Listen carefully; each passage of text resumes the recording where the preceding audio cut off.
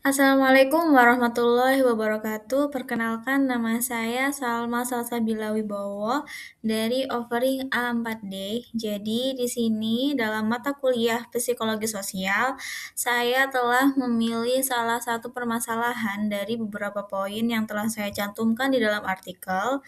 Dan saya akan mengutip satu permasalahan tentang kepatuhan terhadap otoritas budaya asal Bapak Senang dalam perspektif psikologi sosial.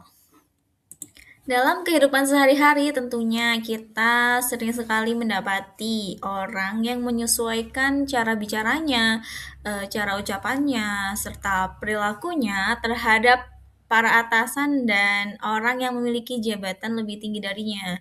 Jadi fenomena ini itu juga cuman bukan soal sopan santun, tetapi bagaimana ini menjadi pola sosial yang sangat dalam, di mana ketika seseorang harus merasa menyenangkan atasannya, padahal itu tidak sesuai dengan kondisi yang sebenarnya. Dalam psikologi sosial, hal ini dapat dijelaskan dalam konsep kepatuhan terhadap otoritas dan konformitas sosial. Baik, sekarang kita akan memasuki teori dan masalah.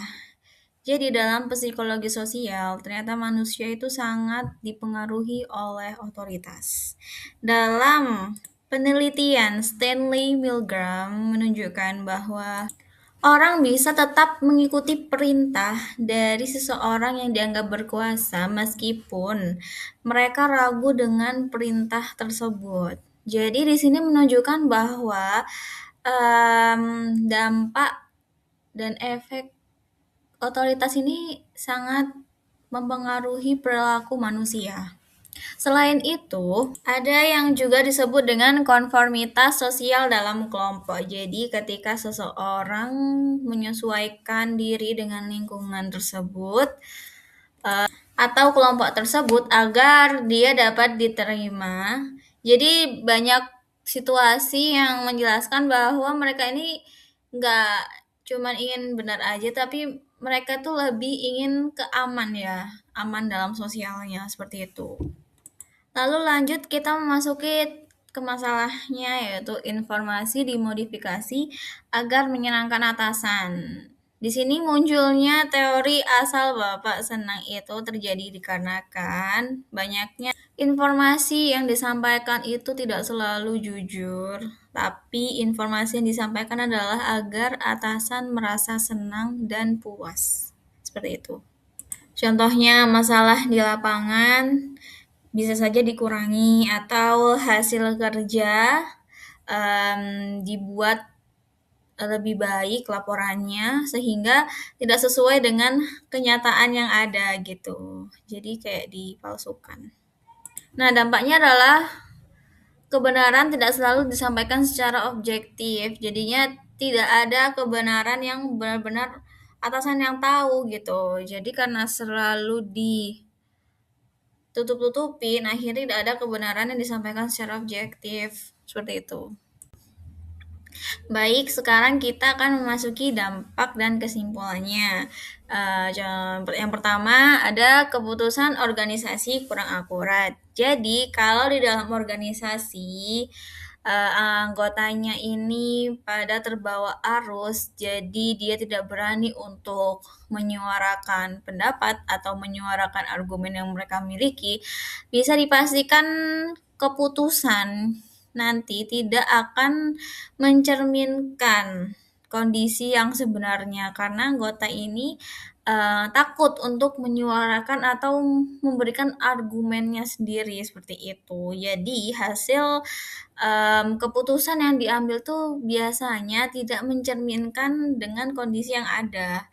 Misalnya ketika bawahan takut untuk menyampaikan permasalahan yang sebenarnya. Jadi adanya masalah. Jadi adanya masalah, tapi bawahan ini tidak berani menyampaikan data yang sebenarnya karena takut akan dimarahi atau di diberi hukuman seperti itu.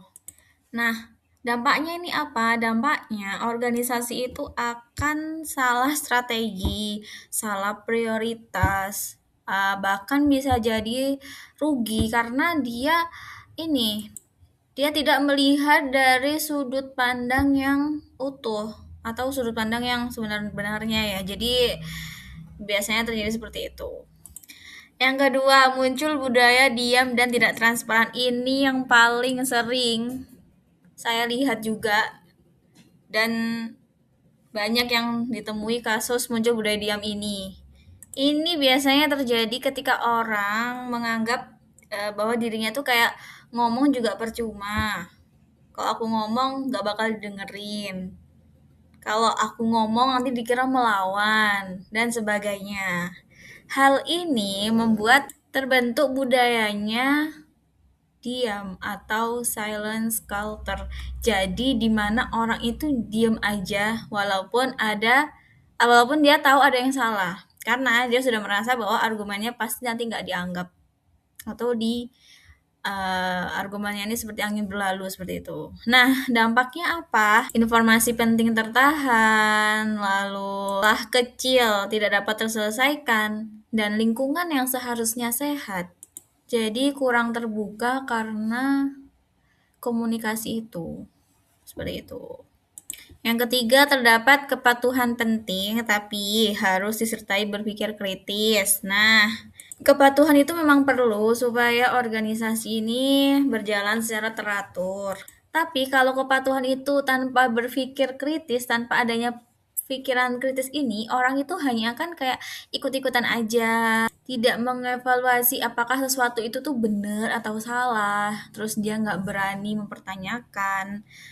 Nah, dampaknya dari sini tuh apa? Organisasi bisa kaku, rawan salah, dan tidak pernah berkembang gitu. Terus bisa muncul kekacauan, aturan nggak terjalankan dan organisasi itu tidak terorganisir gitu karena tidak ada pemikiran kritis seperti itu.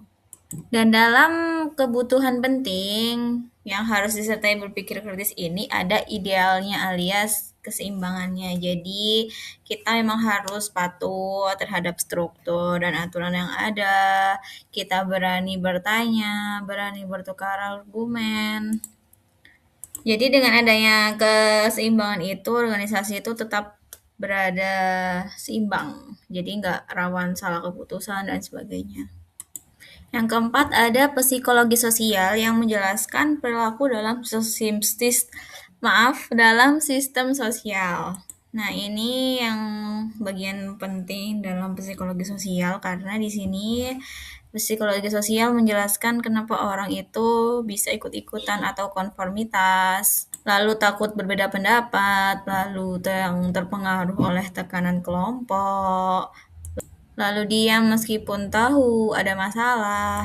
Intinya adalah perilaku manusia dalam organisasi ini tidak berdiri sendiri, tapi dipengaruhi oleh hierarki, norma kelompok, tekanan sosial, dan sebagainya. Jadi, kesimpulannya adalah budaya asal Bapak senang adalah interaksi antara otoritas, tekanan sosial, dan kebutuhan individu agar bisa diterima. Sekian dari saya. Wassalamualaikum warahmatullahi wabarakatuh.